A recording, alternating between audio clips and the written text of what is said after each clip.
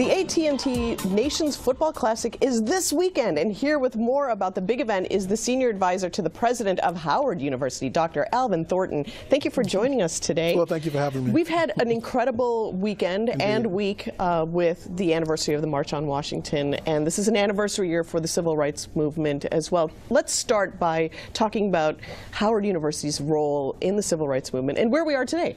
Well, Howard University's role obviously starts much earlier in 1867 when it begins to be an example for higher education and the possibilities for the African American community and indeed for the nation.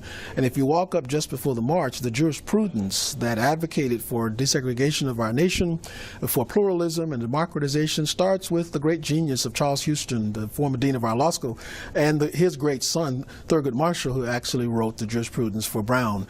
And Howard University provides not only that jurisprudence, students participated in the marches, and I always say, just as an historical note, provided the medical care for the marchers. Oh, really? I didn't know that. Well, there was a contingent from Howard University's medical school, which is one of the great producers of African American doctors in our nation, provided a lot of the health care for the marchers. Excellent. So Howard and the march has always been there. Interconnected, absolutely. And indeed, Howard professors who provided the scholarship and the research.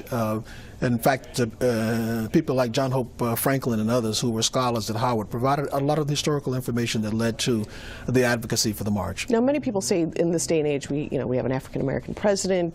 Do we really need HBCUs these days? You need not only institutions, but you need the right questions asked about our democracy as we seek to advance humanity. And Howard and schools like Morehouse and HBCUs, they not only graduate students, but they ask the great questions of our democracy. How can you advance equality? How can you have an enhanced level of humanity, provide universal health care for people? But they also are the greatest source of diversity in American higher education.